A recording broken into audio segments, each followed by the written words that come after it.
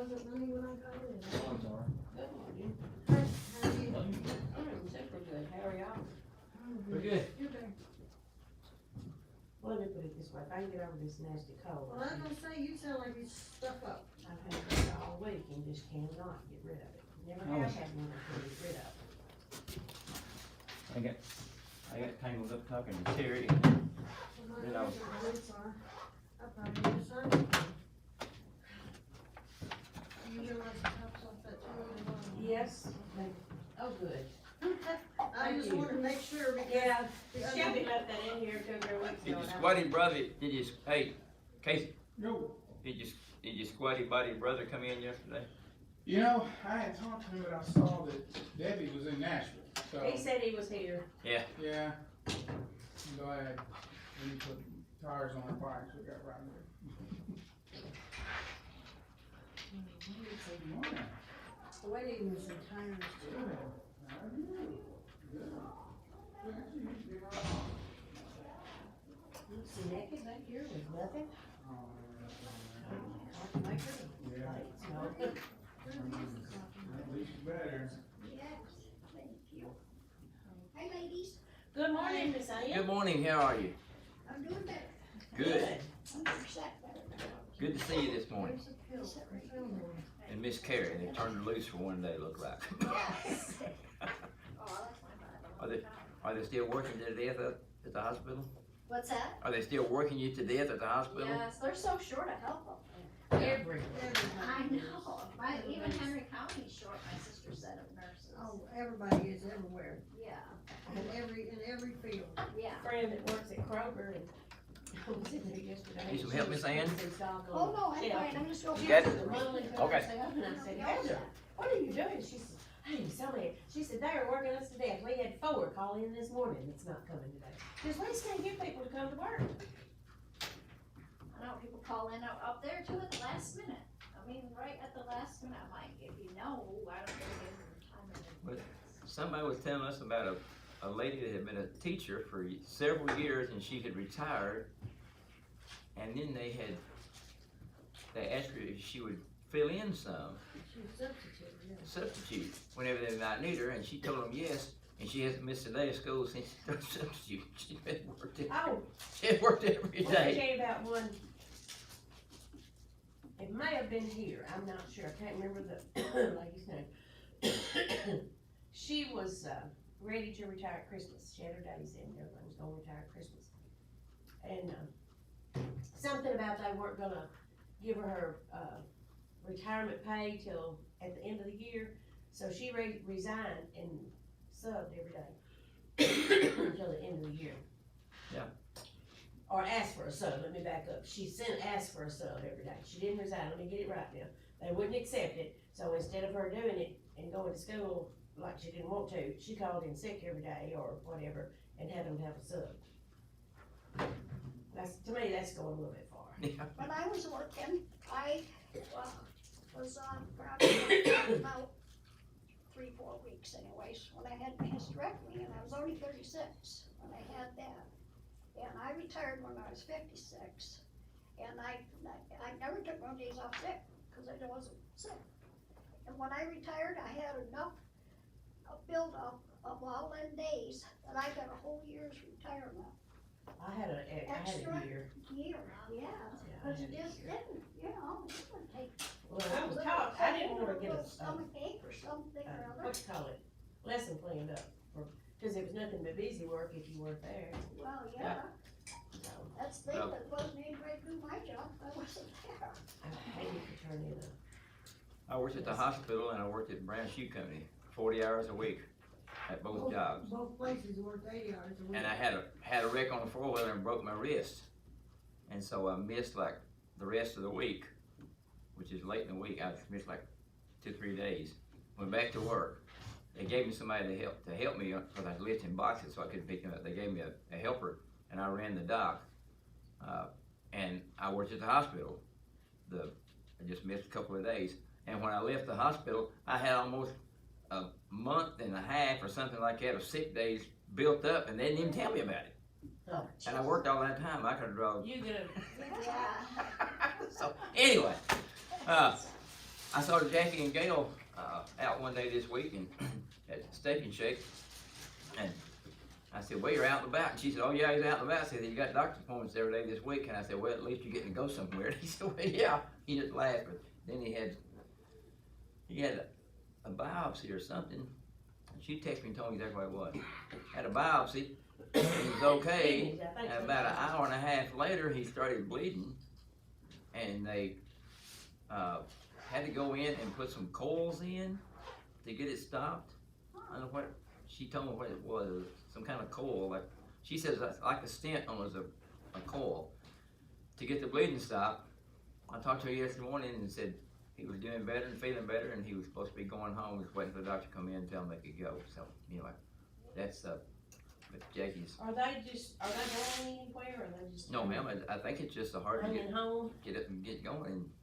Well, I texted And Gail's her still one working time, and night, she said too. they were just staying close to home. Yeah, have been careful too. And then, of course, Danny Ham works at McKenzie at Where's your home? A.W. James, I think. Does he? See there? Where? I think he was. I thought he was working at A.W. James, cutting meat down there. Cat, Danny Danny. Ham. I don't know. I said something a while ago about the ride next week, and Terry, that's where I was. Took me so long to get back here. I was talking to Terry, and he said whether Danny's gonna ride anymore or not. He said he's pretty tore up. One of his co-workers' husbands had a wreck this past week on a motorcycle. Meeting this young kid, and his kid looked down at the floor and looked back up, and he was in his lane and hit him head on and killed him. And said it tore him up so bad they couldn't even embalm him. Said he was really hurt him up. From Mackenzie? From McKenzie. Who was it? I don't know. He said it was his co-worker's husband. Anyway, I thought Danny worked with, I don't know. he's been off since the We COVID done thing. work for Tosh in a while. Yeah, no, I thought Danny worked with. he was working with Jamie.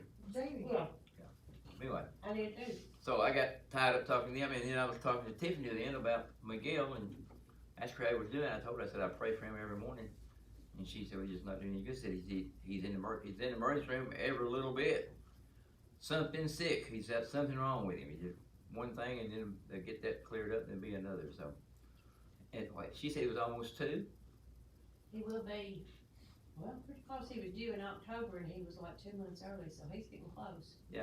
So anyway, Well, I thought they fixed his tummy problem. He didn't. I think, to be honest with you, I think the little guy's got stress. Because he's moved, he goes to different places to stay, and there's nothing the same, it seems like, everywhere. I mean, that's Susan talking. Yeah. Well, stress does a lot to your body, Well, I think little ones have it too. mentally and physically. I do think little ones have it. Well, you know what I did? I picked up that darn stomach bug. I didn't realize that's what I had. That's what 10 days I had that darn thing. And I couldn't even eat only half a sandwich. My stomach felt like it was all bloated up. And then it would ache. And then I was taking Tungsten Alka-Seltzer and Pepto-Bismol and everything else. And it just went on like that. And finally, about Wednesday, I guess, it finally straightened up. And I swear, I think I lost my. Oh, you know Ted Fields? yeah. Ted Top School? Oh. Got a son named Justin. He's got a brother, I can't remember what his brother's name is. And his name is Glenn, I reckon they played together, they lived in the same neighborhood. Anyway, he retired, I think, a year after I did, but he had COVID. Cookie lives in his house, she's renting from him. Yeah. And, she said that he had COVID during all this, and it's still in his lungs, he can't get rid of it. She says he's in pretty bad shape. I haven't talked to Ted in a while, so pray for him, for sure. Well, And go ahead. Well, that's like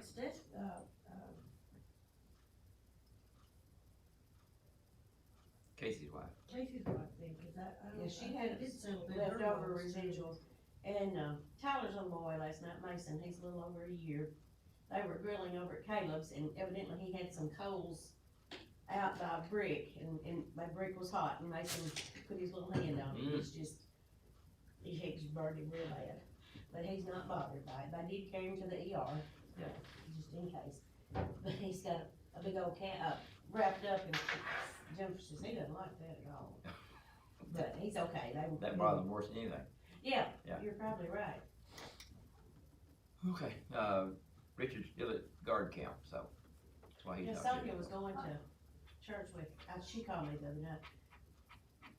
Church with, Sarah Sarah, and then they had a funeral, this said man she's and going her to funeral home, going to funeral home in Workplace. Camden, so. yeah. died. Alright, well, let's have a prayer. Dear Father, we're thankful this morning for the beautiful day you've given, and thankful for each one that's here this morning. We ask you to, the service to follow, speak to Brother Jamie, give him the words to speak, and we ask you to be with different ones being mentioned on the prayer list this morning, those who are sick, and those who have injuries, and those who've lost loved ones. Just ones that's out on the road traveling, just different situations. We ask you to just bless them, Lord. We pray for healing, we pray for comfort and strength for each one. We ask you to just give me the words to speak, help us to hear and understand your word. We give you the praise and honor and glory for all you do. For in Jesus' name we pray. Amen. Well, this morning is the lesson about probably, I don't think anybody in here needs to hear it as instructions, okay? Because I think each of you do very well in this. As a matter of fact, some of you excel in this particular thing. But we're going to talk about in children's church too. And it's really funny, one morning in children's church we were singing the song, Peter and James and John in the sailboat. And the song Peter and James and John in the sailboat is talking about they fished all night and caught no fishes. And then it says, then came Jesus walking on the water. And actually, the song's incorrect. That didn't happen when Jesus came walking on the water, but he called the sea from the shore and told them to fish on the other side. Anyway, but it's part of the song. And then it says, then their nets were full of fishes. And then we have taught them the story and talked to them about it and told them that they shared their fish with the other boats because there was so many fish in their boat that's about to sink, and so they called the other boats and they came and put fish in their boats too.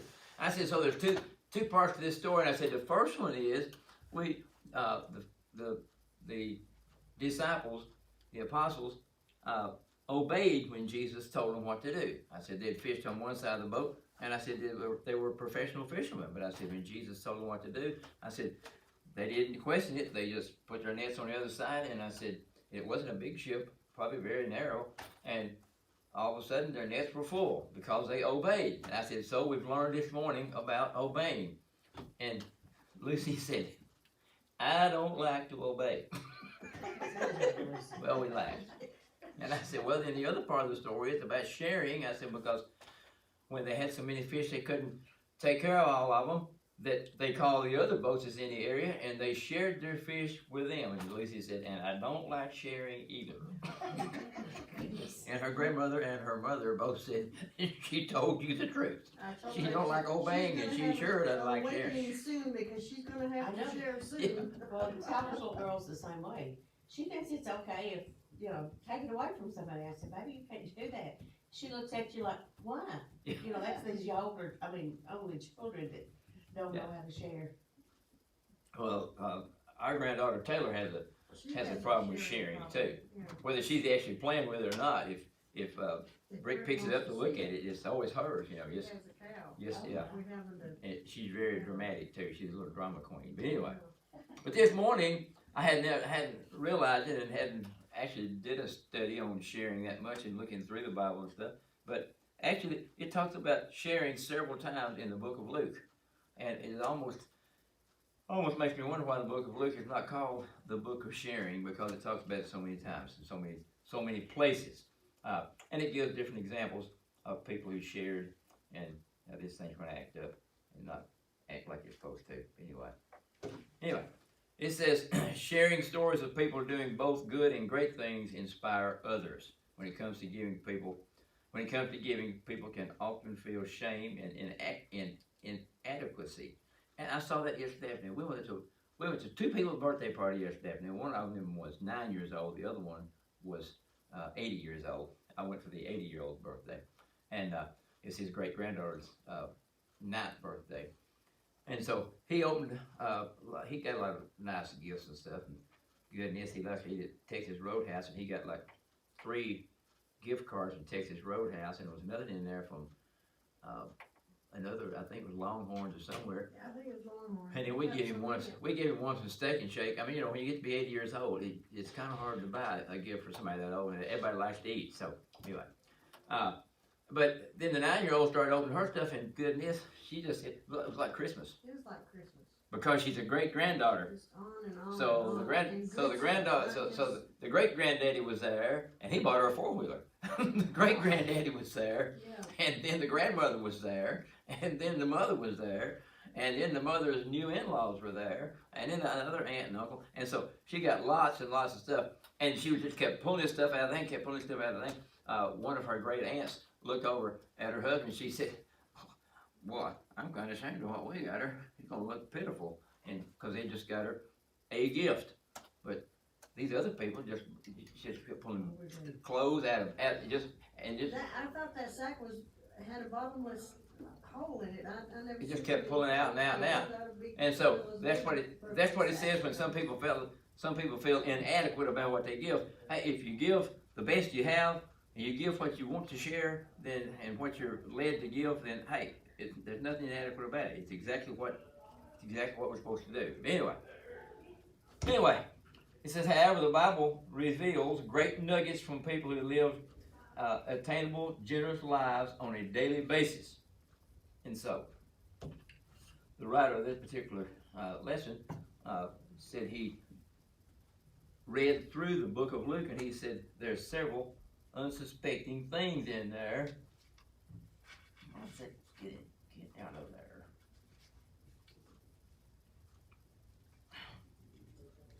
I got a pop-up right in the middle of my screen. I hate that. Anyway, talked about the very first one. It says unsuspecting givers. And so it talked about in the book of Luke, chapter 8, it tells us how some early actions of 12 disciples and several ladies happened. And when you read the book of Luke, it talks about Jesus went into the towns and went from area to area and was ministering to people. And he says he and his 12 disciples went along. It names three ladies that helped them. And says one of them was Mary Magdalene, who had several demons cast out. Another one was a lady who was the wife of one of Herod's servants or stewards. And then it named just another lady, Susanna. Didn't say who she was or what it was about her. But they were all people who had things in their past that Jesus had gotten rid of for them, had either healed them, had either cast out demons, and they had become Christians, and they were followers. And it said to them, it says in verse 3, it says, and they went about ministering and giving them of their daily goods or their daily blessings. So you might say they were sponsoring them. They were helping them with the things they needed, meeting their daily needs. And then the next one then is also found in the book of Luke, chapter 10. I'm just aggravated here.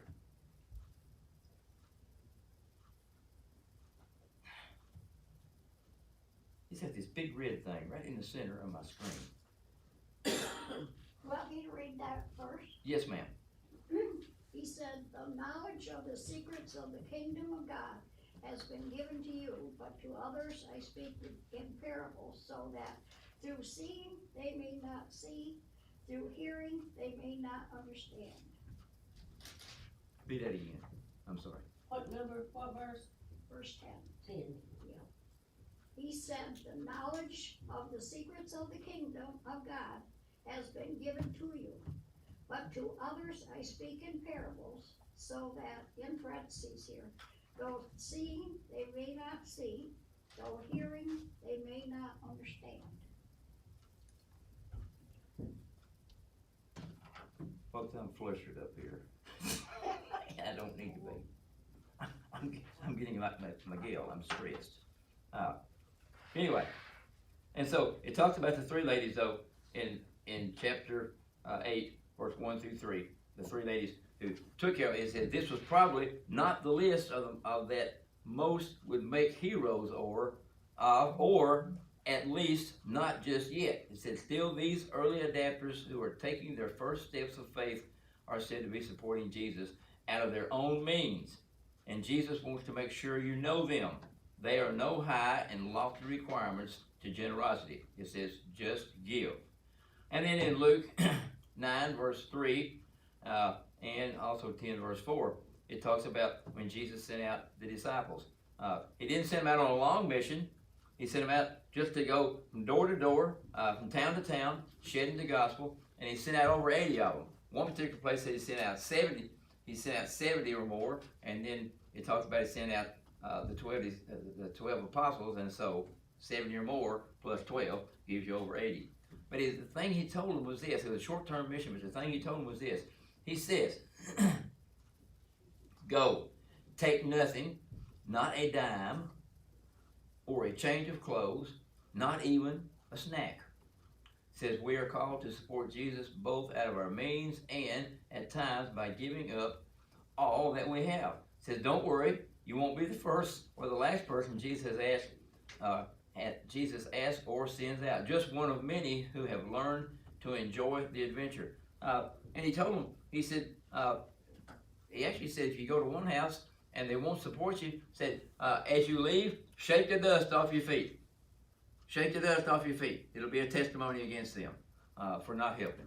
And so you see where they went into the towns to minister, to share the gospel, with the idea of they're not going to have to work any. They're not going to have to worry about where they're going to eat. They're not going to have to worry about where they're going to stay. It'll be provided for them. Sharing was the great concept in this particular part. Then it says, the investing giver. Luke, and it says Luke 10, but it's not found in Luke 10. This is actually found in Luke 12. It talks about the man who had, he was a businessman, and he had evidently a lot of land. And evidently that year it had a bumper crop. And out of his bumper crop, he had more than enough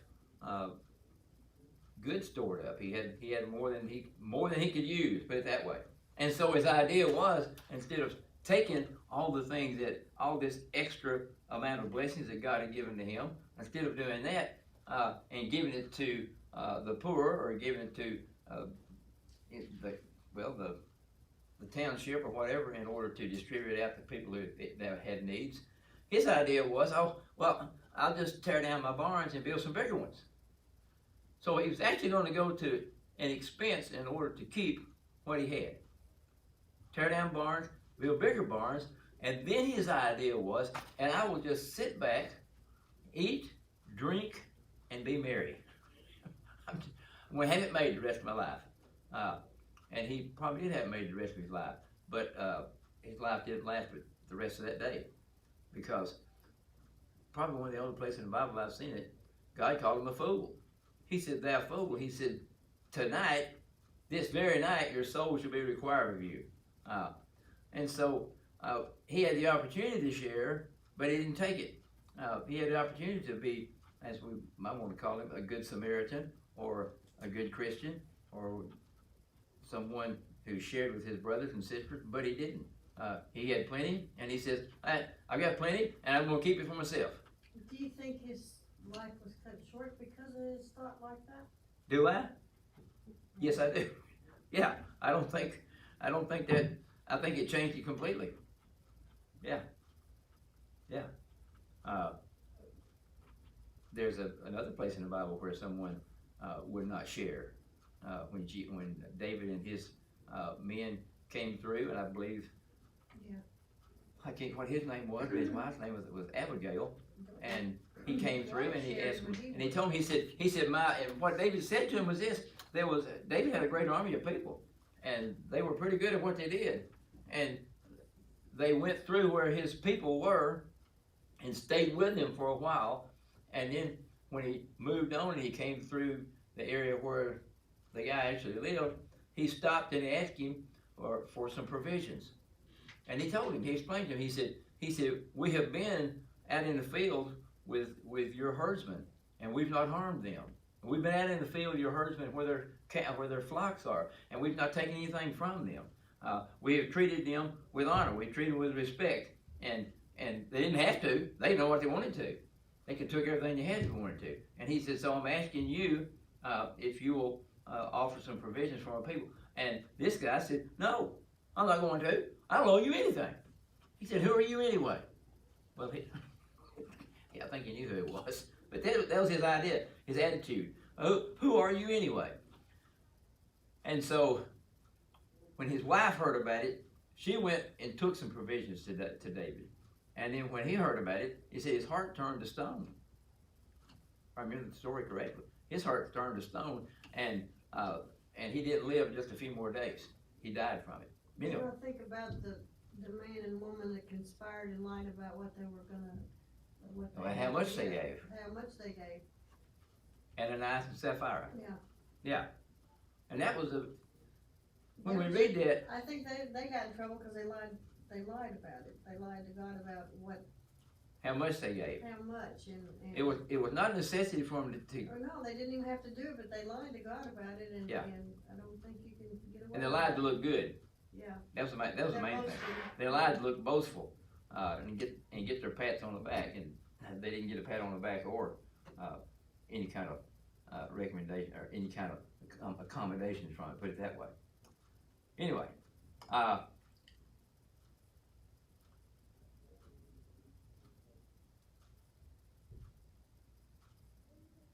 then we see one who's a compassionate giver, and this compassionate giver is found in Luke 10 verse 35, and you find him. And we all know who he is. He's called the Good Samaritan. And the Good Samaritan was one who found a man on the side of the road who had already been passed up by a Levi and also by a priest, and left on the side of the road for dead. And the one didn't go over to where it was because he thought, there might be whoever's done this to him might still be hiding and might do it to me. And so he actually kind of passed on the other side of the road and acted like he didn't see him. I sometimes wonder, how many times we do that. I'm guilty of this. I'll just tell you, when I drive up to a street corner, somebody's standing on the street corner, and they got a sign up like that. I've helped people at times, but sometimes that's just a ploy right there. It's just somebody, that's what they do for a living, just stand on the corner until you give them money. And I have been guilty of not looking over at them. I just look straight up ahead and wait for the light change and pull off. I have. I've done that. But then also, when I feel like I'm supposed to help, I stopped and helped, and it's always worked out. But anyway, but this guy, he knew somebody needed help. and he just walked on the other side of the road. Maybe he won't know. And then the next one come by, and he stopped. He went over and looked at him, but his mindset was, I'm a Levite, and I'm supposed to be clean, and if I get back to the temple, and I've helped this guy, and I've got blood and dirt all over me, I'm going to go through this long cleansing process. I don't want to get my hands dirty. That was kind of his idea. But the Good Samaritan came along, and the odd thing about the Samaritan was the guy in the ditch was the Jew, and he was a Samaritan, and the Jews hated the Samaritan people. They hated them so much, and I've drawn it on the board here before. They hated so much, if they was up here, and they was traveling down here, and Samaria was here, they would go all the way around to here to get there. They didn't want to even go through the country where they were. They didn't have time for them. And so the Samaritan, not only did he stop and help this man, but he put him on his horse, or on his pack animal, or whatever, and took him to an inn, and spent the night there with him, and ministered to him, and dressed his wounds. And then when he left the next day, this guy still wasn't able to travel. And when the Samaritan left, he told the innkeeper, he said, here's some money, take care of him until he gets better, and I'll be passing back through here later on, and if he needs any more help than this money takes care of, go ahead and do what he needs, and then when I come back through, I'll stop and give you some more money. Jesus called that going the extra mile. Everybody know what the extra mile was? Everybody know what the extra mile was? When Jesus said, I'll go the extra mile. If you go so far, you're supposed to go 1 more mile, or? It was a law. It was Roman law. Roman law, that if a Roman was carrying something, Yeah. and they run upon a Jewish person, they could make this Jewish person carry it for them. But they could only make them carry it for a mile. They couldn't make him carry it as long as they wanted them to. And so the Jewish people hated the Romans so bad, they would mark it off. Ever how many steps it was. And this is a mile, and I am done. Put it down. And Jesus said, if someone asks you to go a mile, go the extra mile. And people still say that all the time now. Talking about going the extra mile. I didn't know what it was until I learned about it in Sunday school. But anyway, go the extra mile. And so this Samaritan is one who is very much guilty of going the extra mile. He was what you call a compassionate giver. Then you see one. And then the other guy that was talking about a while ago, the one that tore down the barn, I said he wanted to tear his barn down, he was what you call an investing giver. But he was actually investing in himself and not in other people. And then we see the fake giver. And the fake giver was a rich young ruler. And the rich young ruler came to Jesus and asked him what to do in order to enter into the kingdom of heaven. And Jesus told him to follow the commandments. He said, I've followed them ever since I was young. And he was proud of the fact. He was religious in that aspect. And so he said, and so Jesus looked at him and said, so if you're perfect, go and sell everything you have and give to the poor. Come and follow me. And his idea was, the thing that made him so sad about giving to the poor is because he had so much. Said he was wealthy. And said he wasn't willing to give not only everything to the poor, evidently wasn't willing to give anything to the poor. And so he was what you'd call a fake giver. He was willing to give, but when it came right down to it, maybe not right that much. I just can't do that. And it said he went away sorrowful. And so we see him, and he's also found in the book of Luke. Then the transformed giver, and I've talked more about him, I think probably just about anybody in the Bible other than David. And his name's Zacchaeus. And when I read about Zacchaeus, and I see the things that if you really read it and be a stickler about the reading and the studying exactly what Zacchaeus says, to me, there was no way for Zacchaeus had been a dishonest person. And the reason I say this is this. When he said to Jesus, he said, if I have cheated anyone, I will give them back 4 times as much as I have taken from them. That's virtually impossible if you cheated everyone. Because Miss Ann, if I come by and cheat you out of $10, and I cheat Carrie out of $10, and Miss Susan out of $10, and Cindy out of $10, then okay, I've cheated y'all out of $40. I can't give you back $160 because I'm not going to have it. And I look at that, I really believe that Zacchaeus was probably he was a tax collector. And the other people looked at him as being dishonest. But when I have to read this, I have to study the scriptures and read those and come up with the understanding that I don't think he was dishonest. I think he was a tax collector, and he had probably become wealthy because of his job. But other than that, when he says, I'll give back 4 times as much, he couldn't have cheated everybody, put it that way. He might have been dishonest with some, but not with everybody. He couldn't have cheated all because he wouldn't have had the finances to give back to 4 times as much as he had taken. It's just an impossibility when you look at it on the logical side. But anyway, and so, but the thing about him was, he said he was ready to give back. He would give back anything he had taken, and he'd give back 4 times as much. He was willing to share. Now, I thought there was one more. I don't think there is. But Luke 19 verse 8 is where that is. The fake giver's in Luke 18 verse 22. Oh, no, there's one more. And the one more is this. And we see several things in it. And we taught this in children's church so many times. And it's when Jesus was up on the mountainside. And there was 5,000 men. And then women and children with him. So, we don't know how many there was. We know there's 5,000 men. And if each man had a wife with them, guess what? And if each one of them had a couple of children with them, that's a multitude of people. That bumps it up to probably 15 to 16 or 18,000 people. And all the things that fall into this particular story is they came out to hear Jesus teach that day, and it got on up in the middle of the day, and Jesus turned to the disciples and said, we must feed these people. And the disciples' first question was, how can we feed this many people? And they told him how much money they had. And they said, well, that's not enough money to buy enough food for all these people. Well, I look back and think about the days and times they were in, and I don't know where 15,000 people or even 5,000 people would have gone into a village and bought that much food to eat anyway.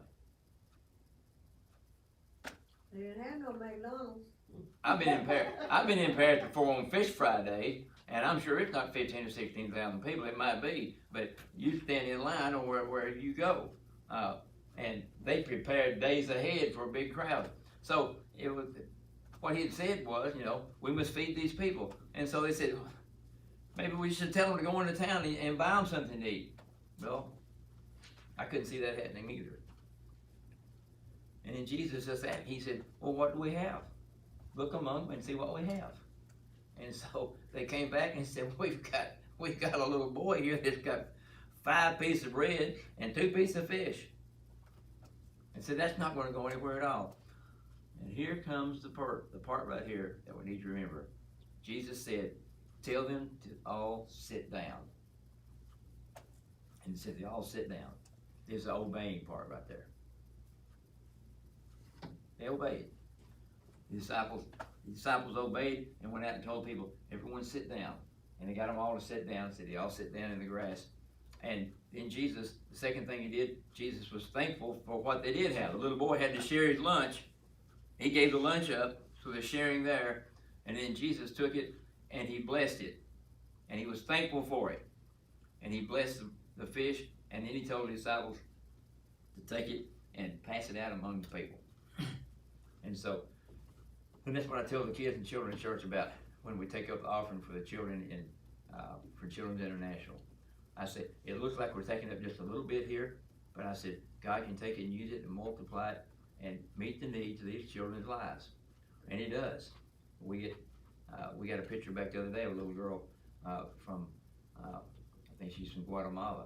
And when we first get these children in Children's International, they will have a picture of them. They'll send us a picture, and they look so sad. And they just do. They look sad. They look like they just, it's all they can do to just give a little bit of a grin for you. And they hardly ever do. They just have sad written all over their faces. And I don't think they tell them, look sad now. I don't think they do. I think that's the state of their life. And after a year or so, we'll get another picture of them, and sometimes we get more often than that. But they seem to bloom and blossom. You mean seem to notice that? Oh, goodness, I don't know how long we've had Children's International. Oh, I don't know Since how we long was at we've had- Henry. We've had children long enough that they got married. They were old, and we've had them since they were tiny. We had one little girl got married. Yeah. I think one of the greatest blessings that we ever got though from one was when they sent us one and told us that we would no longer be sponsoring this child. And I thought, oh, maybe something's happened to her. And they said, because of your help, they have come above the stage of poverty. And I thought, wow. In our country, if they're raised on welfare, the kids are too. It's just a going thing. But this child had reached the stage that she was no longer, her or her family no longer needed the help from Children's International. And then we've had some that's gone to school or gone on to college and just different things like that. And they had the one that got married. Anyway, I got off track there. But anyway, but I tell the children, I said, and that's why we pray and ask God to bless this offering this morning, because He can bless it and it'll be multiplied just like the 5 fish or the 5 pieces of bread and the 2 pieces of fish. Anyway, and so we see, and the rest of the story is, as Paul Harvey would say, the rest of the story is they actually, when everyone was full, Jesus asked them to go around and take up the leftovers, and they gathered up 12 huge baskets of fish and bread. And I kind of laughed myself, and I said, I guess that was the first doggy bag right there. People taking stuff home after they got through eating. So we see several different examples of sharing in here, and all of them found in the book of Luke. I found that, and they may be found some of them are found in other areas too. But for all of this to be found all the way down through the book of Luke, I found it to be eye-opening for me this morning. I thought I never had seen that before. Never had realized it was like that. Anyway, anybody have anything to add? You know, I gotta tell you what amazes me down here. In the city of Paris, you guys have probably got 10, 15 times more fast food places and places to eat than up where I come from. That town up there is, I would say, maybe half the size of Paris, let's say. They have one McDonald's there, they have one Chinese restaurant, one sub shop, and a Italian restaurant. That's it. That's all they got. People up there don't go out and eat. Southern people gonna eat, I don't care. I guess, I never seen nothing like it till I said, oh my goodness, it's going. And then she come to a Baptist church. Yeah. And we eat us under the road. Lunches and all this stuff, you know. And we don't go out and eat only once in a blue moon. We have breakfast, something different every morning for breakfast, and then we have a sandwich and something for lunch, and then I fix something different for supper every night. So, Yeah. you know, Oh. but you get used to it up there for years, you just take your lunch to work with you, basically, you know, cause you just don't. I only go out to eat, Monday through Friday at lunchtime, Friday night, Saturday morning with Dan and Melanie, and then lunchtime and Saturday night, and then Sunday after church, but that's all that I go out and eat. We support all the restaurants. We had, They know my name when I go in. when I had Baby Club at school several years ago, we collected for a family of a single dad, and he had like 4 or 5 children, and we collected quite a bit of food. And we called him to school to get it, and he says, "No, I'm not taking all of this." He said, "I'll take what we need, and the rest of it you give to somebody else."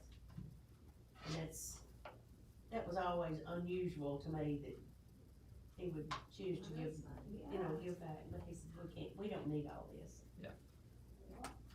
We used to, every once in a while, the Baptist churches used to do what's called a pounding.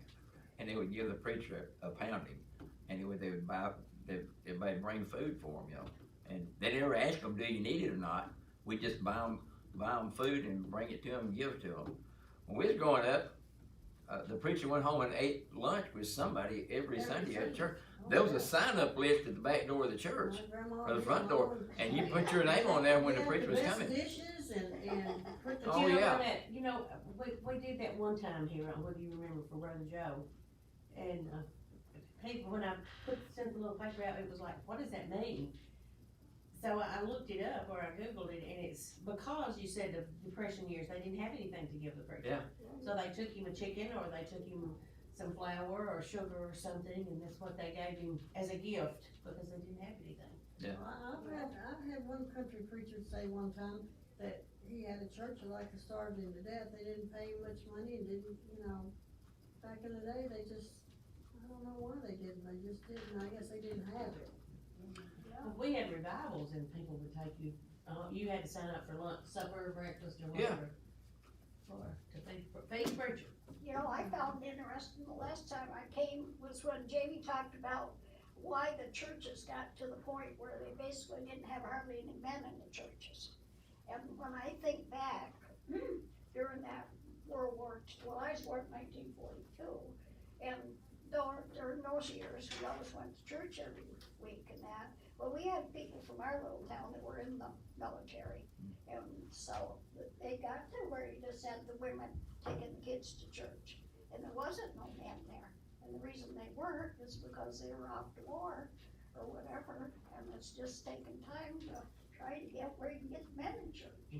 While the men were gone, that's why the women started working in factories. It was the first time they started working. Women didn't work like that. Or after the war, then they wanted to keep working, cause they had their own money. Okay. This has nothing to do with Sunday school. If you're ever out and want to ride on some really neat roads and see something that's really bizarre, Yeah, bizarre and cool. Google this on your telephone. Statues of Palmyra. It's spelled Palmyra, Palmyra, Tennessee. Statues of Palmyra, Tennessee. I rode through there on the motorcycle here last Thursday. last Thursday. And saw them. And I'd seen them before. I had ridden through there before, and I saw them. And so they're just out on the side of the road. And so me and Cindy and Dan and Melvin rode over through there yesterday, and we didn't stop. We stopped and was resting for a few minutes. The girls wanted something to drink, so we stopped on the side of the road there. And this old man stopped. He said, "Y'all having trouble?" And I said, "No, we're just watering these women." And I asked him. I said, "What with the statues?" And he said, "I don't know." He said, "I'm not from here," but he said, "I moved here back several years ago." And he said, "I don't know what they're about." He said, "They've just always been there ever since I got here." He must not have much And so- curiosity, cause I had to know. I got home last night and I Googled them, and there was a man who was born in